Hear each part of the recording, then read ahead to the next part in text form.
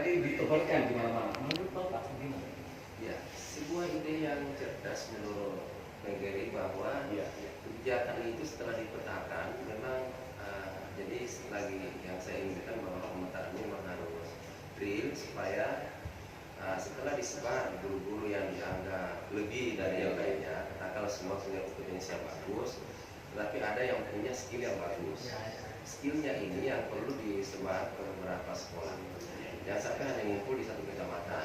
Seperti di sini kan ibaratnya yang asumsi orang masyarakat kita itu di Mangkurat, Sudirman, Kompleks Ikip dan banyak lagi yang lain. Sehingga memang kalau ini bisa terhubung, saya katakan cap untuk sekolah pendidikan sudah tidak ada. Jadi semua di mana saja senang pasti belajar.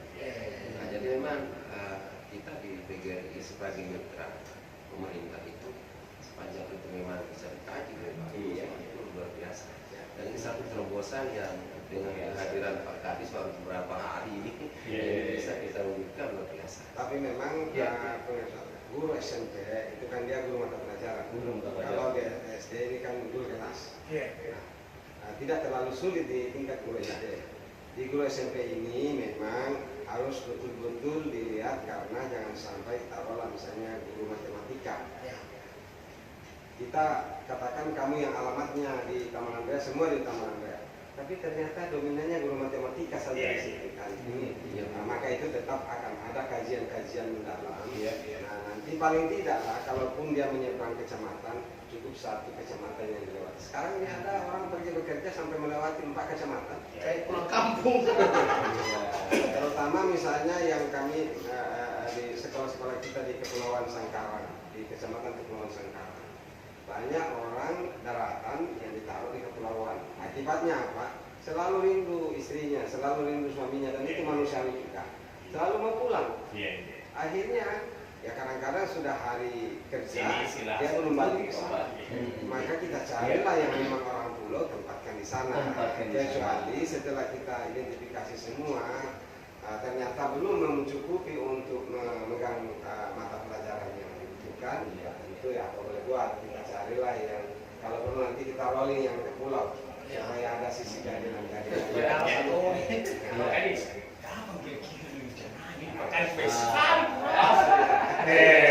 Sebelum ada orang pensiun. Kita pensiun jadi pensiun betul. Ini kan sudah pensiun aja. Bau sekali. Baik. Jadi begini. Sekarang kita kerja dulu pemetaan. Lalu kita ikuti dulu UNBK nanti tahun ini ujian.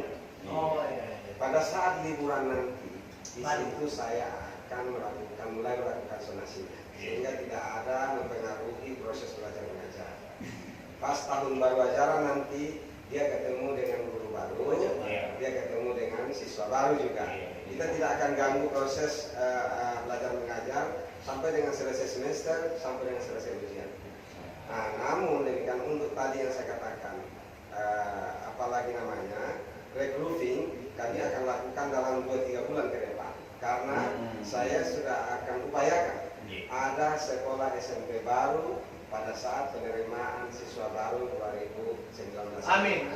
Dan dalam perhitungan kami, setelah kita hitung ada 80 lebih sekolah yang akan kami recruiting, sekolah SD, untuk melahirkan tersisa 30 sekian dari 80 itu, dan akan memunculkan 11 SMP baru di Makassar tanpa mengeluarkan uang, tanpa mencari lahan, dan tanpa membangun gedung.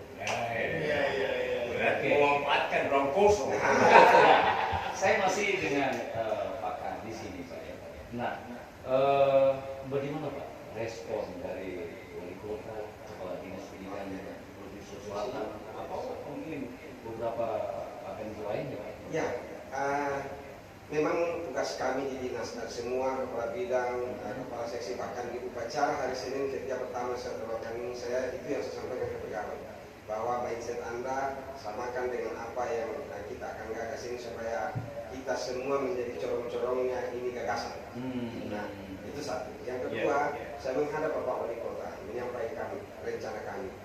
Ada 3 yang kami gagas pertama di awal tugas saya di dinas. Yang pertama itu tadi bahwa kita akan lakukan rekrutmen sekolah, kemudian zonasi guru, dan kami akan berkontribusi untuk lingkungan dengan menanam 1 pohon 1 guru setiap tahun. Dan sudah dijalankan sekarang sejak tanggal 10 Januari. 1 pohon 1 guru. 1 pohon 1 guru. Berapa guru setiap di tahun. Makassar? 1000-an kami untuk Pohon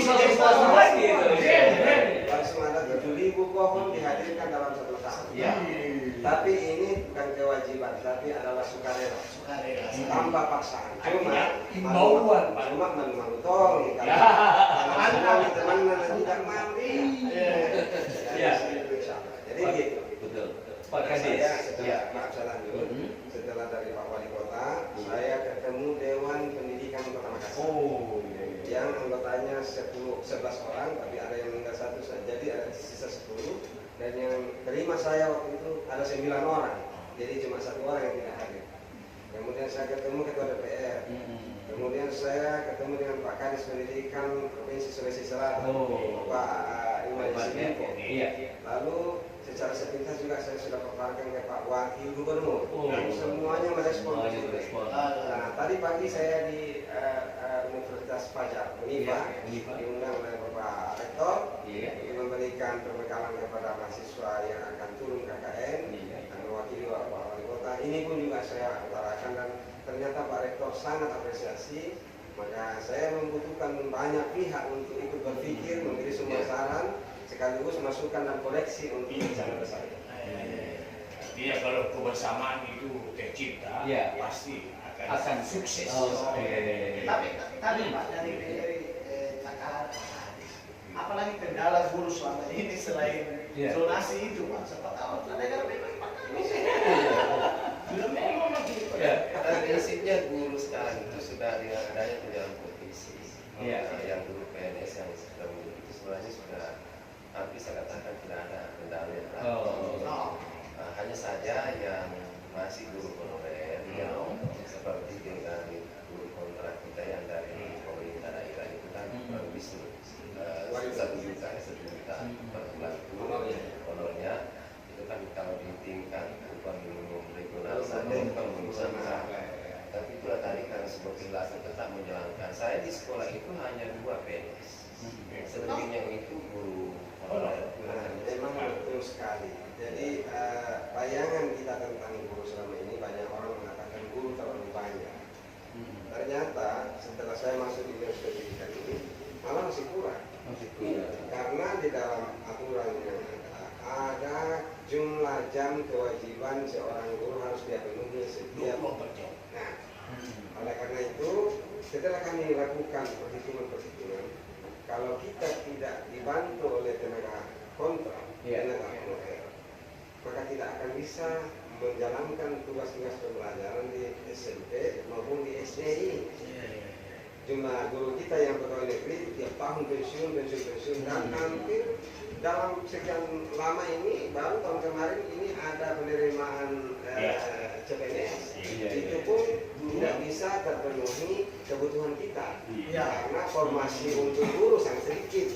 Saya sebetulnya muncul kekhawatiran, siapa Pak yang mau kasih cerdas ini anak-anak yang kalahnya kasih nanti kalau kurang guru.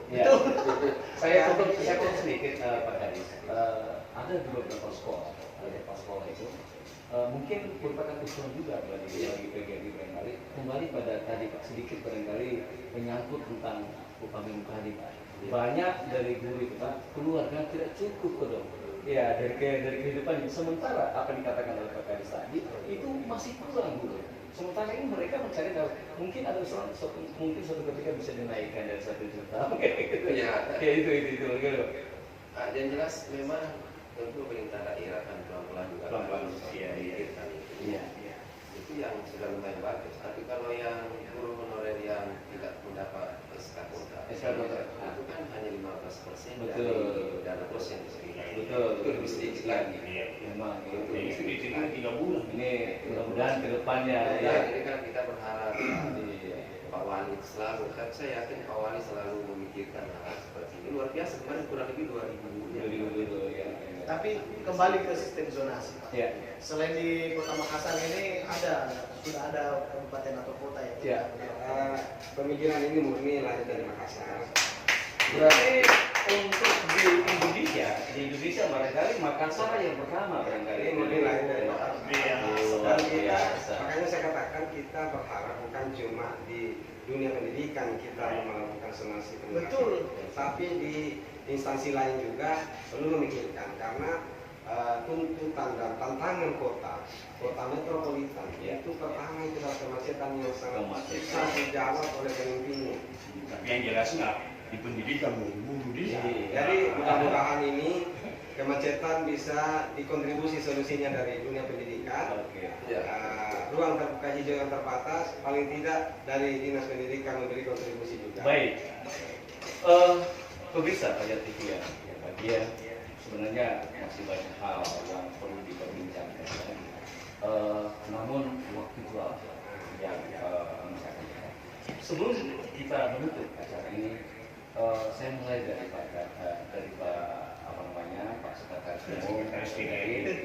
Mungkin ada harapan-harapannya Pak, nanti Bapak yang mengamankan, tapi mungkin ada harapan-harapan yang Bapak inginkan. Ada harapan Terkait dengan zonasi ini, zonasi. ya, jadi kita berharap dengan zonasi ini tentu tidak banyak yang merasa selama ini sudah senang menjadi tidak senang. Ya. Kita berharap dengan zonasi ini semua guru ikhlas Ya. mau menerima itu karena pemerintah tidak mungkin membawa kita ke arah yang lebih tidak baik. Selalu bagaimana seperti Pak Kadis sampai disampaikan tadi, bagaimana supaya tingkat kesejahteraan guru kita itu dengan salah satu itu pendekatannya zonasi guru. Saya rasa itu dari Baik, Dia merasa rugi ya. Ya. Mbak kepada Pak Kadis, ada harapan-harapan yang lebih ini lagi. Ya tentu pertama saya berharap kepada internal dulu, kepada Ya. seluruh guru-guru Kota Makassar yang sama-sama saya sangat banggakan. Iya. Kepada Anda semua, percayalah bahwa niat ini tulus untuk kita sama-sama membangun generasi bangsa. Anak-anak Makassar harus sama derajatnya dalam memperoleh kualitas pendidikan, dan Makassar ini harus mewariskan generasi yang berkualitas, yang berkeadilan di masa-masa akan datang. Yang kedua, kepada seluruh halayak publik, media, dan terima kasih kepada Fajar tentu NGO, kami membuka diri untuk bisa menerima masukan-masukan dari siapa saja dalam rangka penyempurnaan gagasan ini untuk bisa menjadi pertimbangan Bapak Wali Kota, pertimbangan kami secara teknis ini dalam rangka mengambil keputusan akhir nanti. Dan tentu tidak usah kita khawatir semua, ini tidak radikal. Tentu kita akan lakukan secara step by step, perlahan-perlahan. Tentu juga tidak serta-merta harus semua orang dibawa ke dekat rumahnya, karena ada saja nanti pertimbangan manajemen pendidikan di sekolah yang akan kita pindahkan gurunya. Jangan-jangan malah bisa ada muncul ketidakseimbangan sistem manajemen kalau kita dengan sangat radikal bahwa semua harus dipindah dekat rumah. Jadi tetap ada pertimbangan-pertimbangan yang bijak yang akan kita diskusikan, dan kami akan konsultasikan terus kepada pimpinan kami. Dan saya juga nanti ini setelah selesai semua data-datanya, tentu pertama saya akan serahkan kepada Bapak Wali Kota, lalu dikonsultasikan ke DPR, juga saya akan konsultasi ke Dinas Pendidikan Provinsi Sulawesi Selatan, lalu kemudian kami lanjut ke Kementerian Pendidikan Republik Indonesia, karena persoalan zonasi ini juga akan terkait dengan data potensi diri kita ya. Betul bijak sekali. Pemirsa Fajar TV yang berbahagia, apa yang dijelaskan oleh Pak Kadis tadi maupun Sekretaris Umum DKI Kota Makassar, kita dapat menarik suatu kesimpulan yang ikhlaslah dan berbuatlah yang terbaik dalam mewujudkan zonasi guru untuk S3, S2 dan SMP. Tugas guru adalah manusia karena manusia, yang kita dapat berdiri di atas kaki sendiri, menggerakkan tangan tangkas dan mengasah pikiran, lalu kita genggam matahari cakrawala sampai sila tujuan kita. Sampai jumpa di kesempatan. Salam hormat dari Fajar TV. Wassalamualaikum warahmatullahi wabarakatuh. Waalaikumsalam.